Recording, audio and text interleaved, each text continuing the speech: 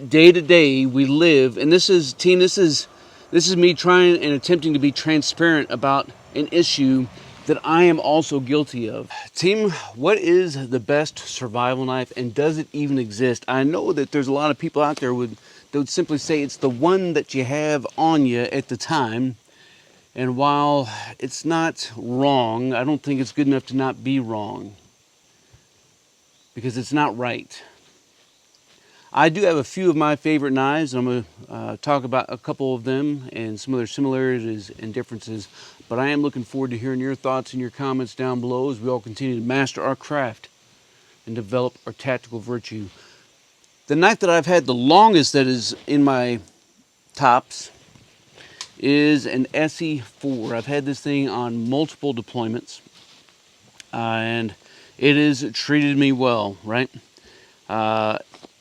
I don't always carry this on me though, right? Here lately, this has been sitting on my dresser in my bedroom, but this is a fantastic knife, man. It is great quality knife. I also have an Essie Azula. I'm not sure where it is right now. And as soon as I get a new sheath for it made, I will probably carry it a little bit more often. Picked up a Mora Garber a few years ago, right? A few years a knife. I'm not sure what that is. This is a fantastic knife as well. Not all Mora knives are made the same, but this particular one is fantastic. Full tang going all the way through. Good length, good size, good weight, good feel, good grip. Does all the things, right? You can't complain about it. That one stays staged on a chest rig that I don't carry all that often. Next up, I have a handmade knife. This is from Alpha Knife. Make sure you check them out. If you're looking for a knife that's made specifically for you, this is a fantastic knife. I love this thing. And I'm getting some work done in my backpack right now, but this finds its home staged on my Tactical Tailor Flightlight removable operator backpack. That I carry that backpack with me pretty much all the time, but generally speaking, it stays in the truck.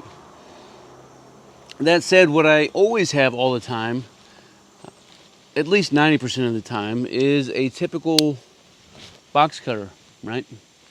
I carry box cutters and use box cutters each and every single day.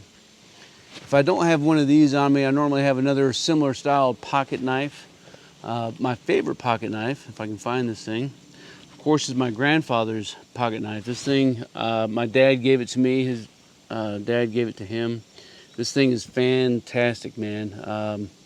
Let's talk about some costs, right?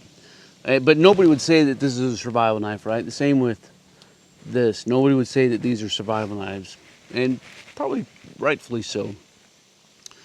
10, 20 bucks depending on the brand, right? If you're buying a Husky, it might be 10. You're buying a Milwaukee, it might be 20, right? Decent pocket knife, probably 60 bucks. Mora, 100 bucks. The SE, 100-ish bucks. Custom made knife, probably going to start at a couple $100 and move up from there. Now, nobody would ever argue that the folding box cutter is a superior survival knife to the Mora, right? Nobody would ever do that, nor should they. Nobody should argue that the SE or the Alpha is superior to a pocket knife.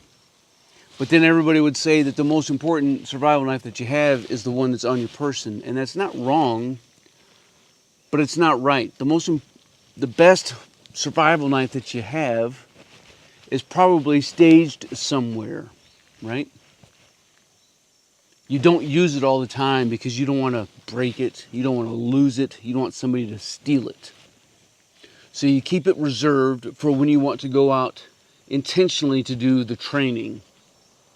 And yet day to day we live, and this is me trying and attempting to be transparent about an issue that I am also guilty of, right? I don't always on my person have a quality knife. I may only have the knives that I don't mind using and abusing at work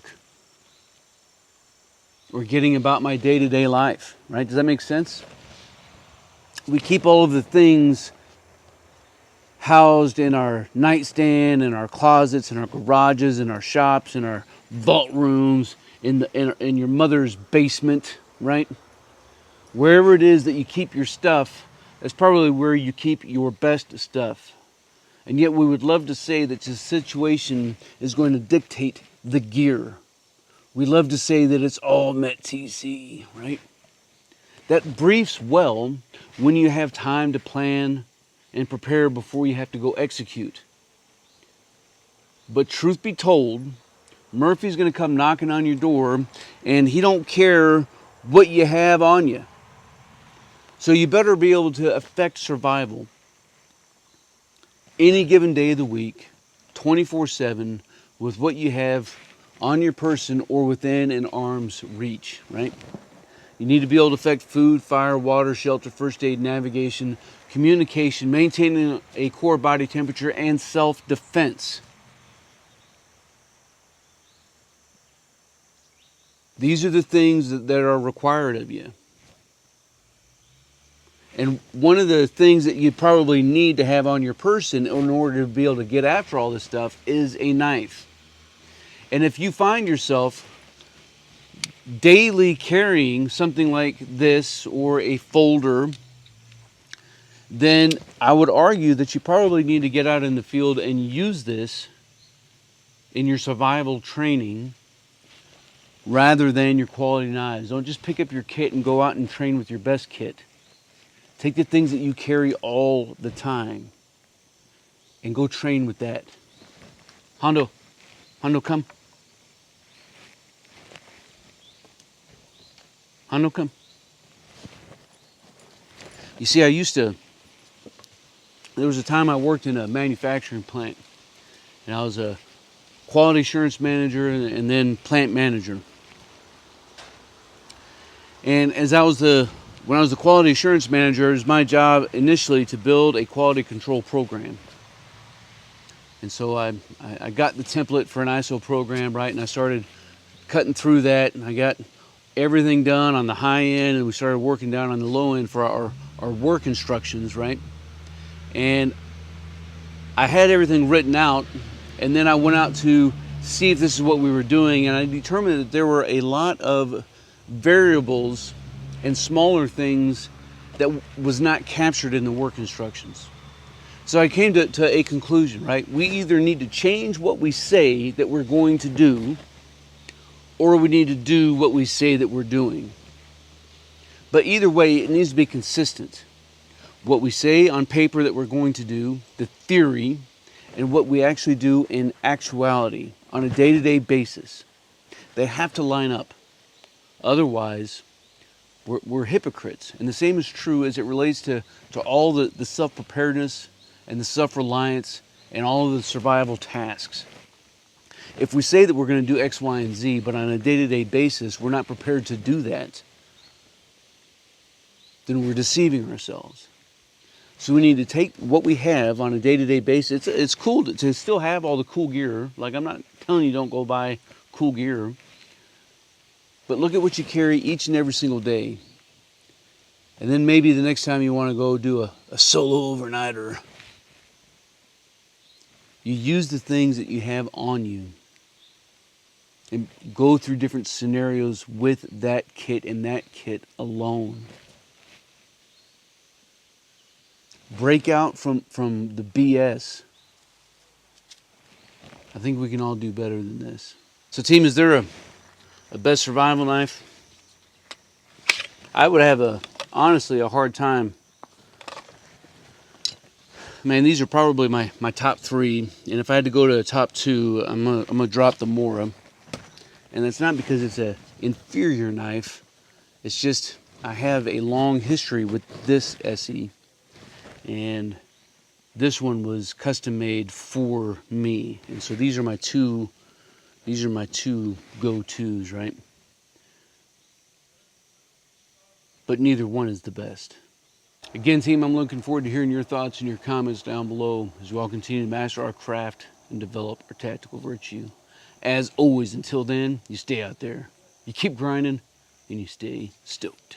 Team, if you want to master your craft and develop your tactical virtue, make sure you subscribe to the channel and click that notification bell so that you can stay up to date with future content. Consider becoming a channel member. It's going to give you exclusive access to content not available to anybody else. I appreciate you guys. Until then, you stay out there, you keep grinding, and you stay stoked. I know you're out there! Come to my voice!